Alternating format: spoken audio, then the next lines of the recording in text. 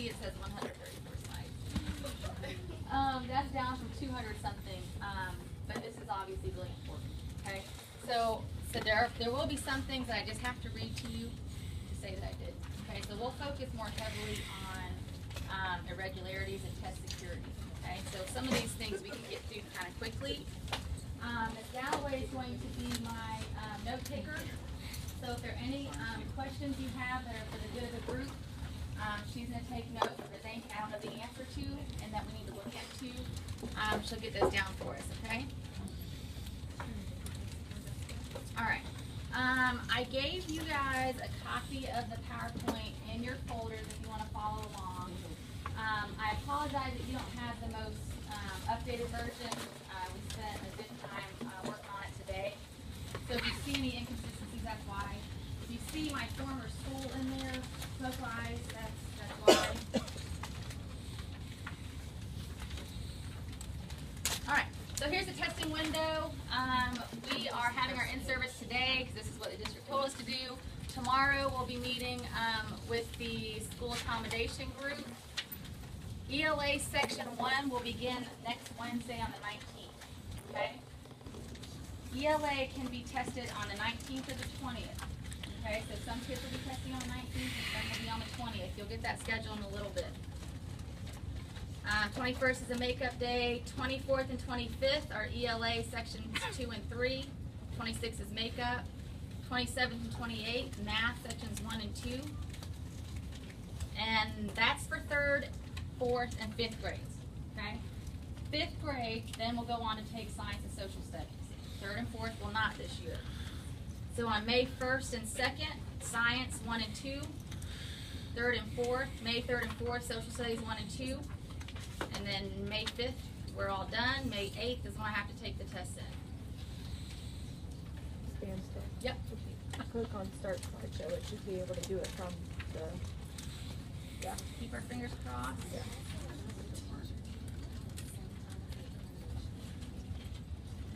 Thank you, Ms. Kaufman. You're welcome. Yay. All right. Grades 3 through 8, we just went through this.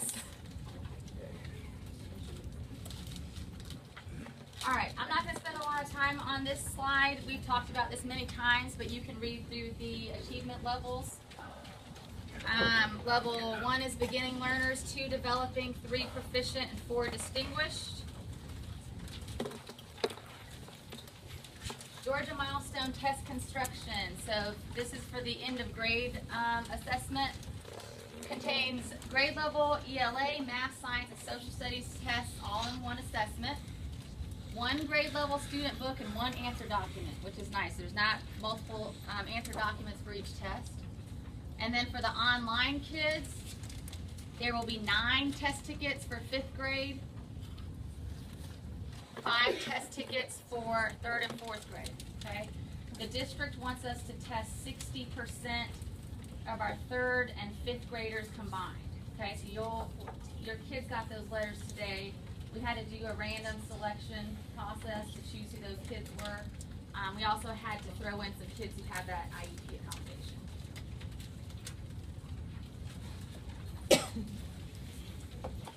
All right, I'll let you all look through this. This is the test construction. You see ELA has selected and constructed responses, extended response. Math also has selected and constructed response items. Science and social studies are all multiple choice.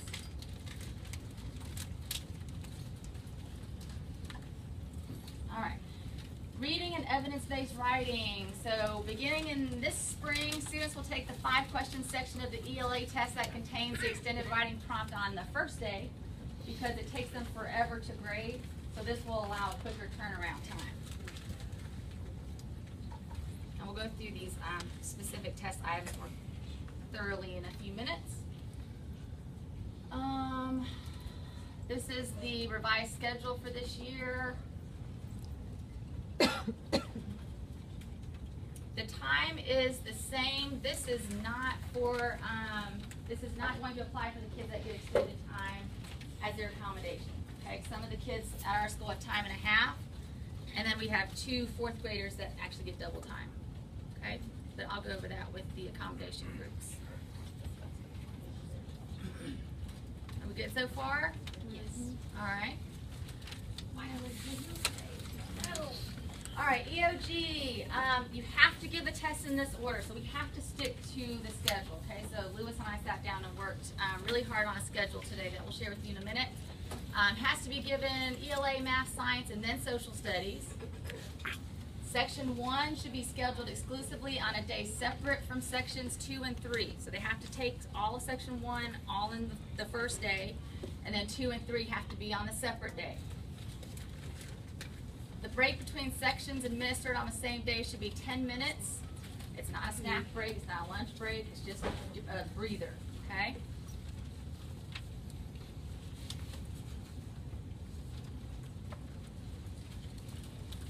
All right, EOG students to be tested, all kids in grades 3, 4, and 5, unless they're participating in GAA.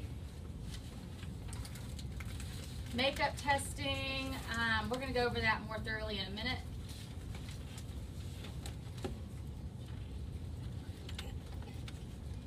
Okay, this is similar to what we just discussed.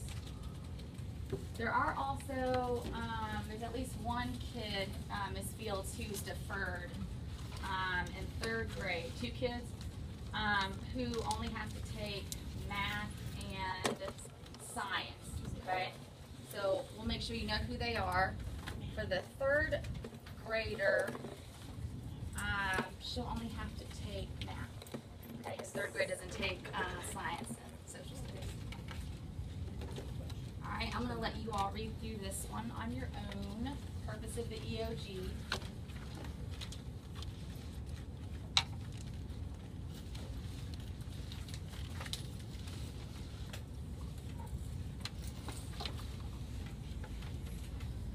I did highlight the section in red about promotion and retention, because remember they told us last year that there was promotion and retention, and they said never mind, but as of now, it's still promotion and retention for this year, for 3rd and 5th grade.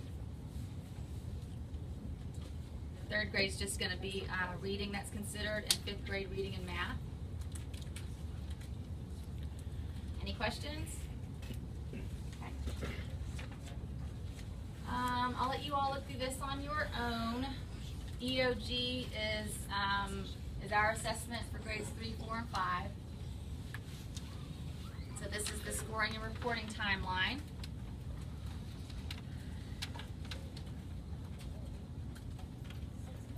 All right, here we go with promotion and retention. So reading for grades 3 and 5. Student performance on the reading portion of the ELA test will be used to provide a grade level reading determination. It'll tell them if they're either below level or on or above. Students who receive reading and vocabulary domain designation of below need remediation, and then they're going to have to take the retest. Students who retest will take the full ELA test, all 3 sections, which requires 2 days. For math, just grade 5, students must achieve a developing learner achievement level to be considered eligible for promotion. If not, they'll have to retake, which is just a 1-day test.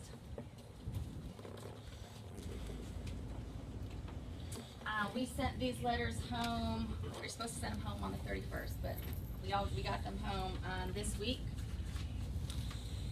with the testing schedule and explanation to the parents. This was our version here. All right, EOG test administration. All schools have to rotate test examiners. So if you're a core teacher, you can't give the assessment to your own homework. Okay, same as last year. You'll be provided a testing roster. And if you have a proctor, we tried to give you proctors. We had to kind of determine where they were most needed. So some of you will have a proctor. All staff members should read the examiner's manual prior to testing, okay? So I'm going to send you that in an email. It's really important that you go ahead and read through it, okay? Because it's really tough to get up in front of the kids on the first day and try to figure out what's going on. Read through it prior to, okay?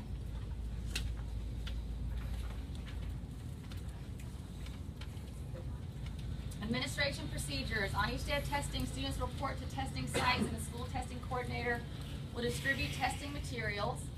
Examiners should follow instructions for test administration received during the examiner's training and written in the manual.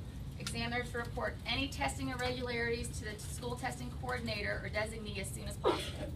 Immediately, okay? If there's an issue, report it. Okay, we're gonna go a lot more into that in a minute. General directions from the examiner's manual. Follow the exact script provided in the EOG paper and pencil examiner's manual. Make sure you circulate around the room to see what students are students are recording their information in the correct section. This is repeated in this many, many times. I can't stress that enough. This is not the time to be daydreaming on your phone, doing anything else but monitoring the kids, okay? I'm sure you've seen it too. It's happened so many times where you're not paying attention. The kids should be in science, they're in math. They've already gotten through 20 questions, and you can't just say, oh my gosh, erase those. Can't do that anymore, okay? You may repeat any part of the directions exactly as printed, as many times as needed. Directions may not be paraphrased at all. Whatever's in that book, that's how you read it. Under no circumstances should you suggest answers or evaluate student work during the testing session. All personnel are prohibited from examining the contents of the assessment. Read aloud, word for word, the material that is in bold type and preceded by the word say. I mean, they make it very easy for you. Don't deviate from those words at all, okay? All right, I'm going to send you these in a link. Are they different for paper and pencil than they are for computer? Yes. Yep. All right, so this is a revision from last year. Scratch paper, it's allowed for all 4 sections, okay? For ELA and math, start with 2 sheets. For science and social studies, start with 1 sheet. And then, I don't know why they put these 4 bullets here at the bottom apply to all 4 sections. So the scratch paper applies to paper and pencil settings. Follow instructions in the test administration manuals regarding distribution and return of scratch paper. Students may write in their test booklet. Students may write in their test booklet. Okay, that comes up all the time. Yes, they can. Okay?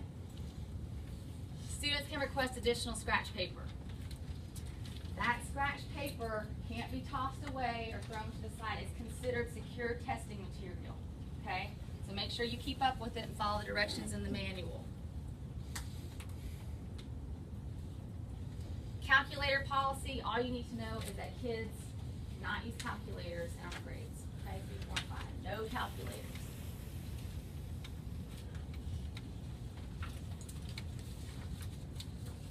I'm not going to belabor this. Just know that they cannot have calculators. No phones, no calculators. Okay? All right. Paper and pencil administrations. Are you good so far? Yes. Really quiet. All you do is check screens. All right. Answer document. Number 2 pencils only. No pens. No pens. I'm going to provide you guys the pencils. This is what the books look like this year. They're all Form A1 this time. Makes it a lot easier for you and me both. 1 book, 1 answer document. There's the color schemes for the grade levels. All right, answer document. This is important because this question comes up a lot too. When you bring your books back to me, or the answer documents back to me the first day, that section up top should be completed. Okay, have the students do it. So you might want to go ahead and put that information up on the board before they come in. It includes their name, school, and system. I'll take care of all the labels and stickers. Okay, so I'm going to skip over that part. I'm not going to go over these. Just know that these parts of the answer documents, don't worry about those parts. Don't let the kids fill those in, and you don't worry about them either, okay? Do not complete that section. Do not complete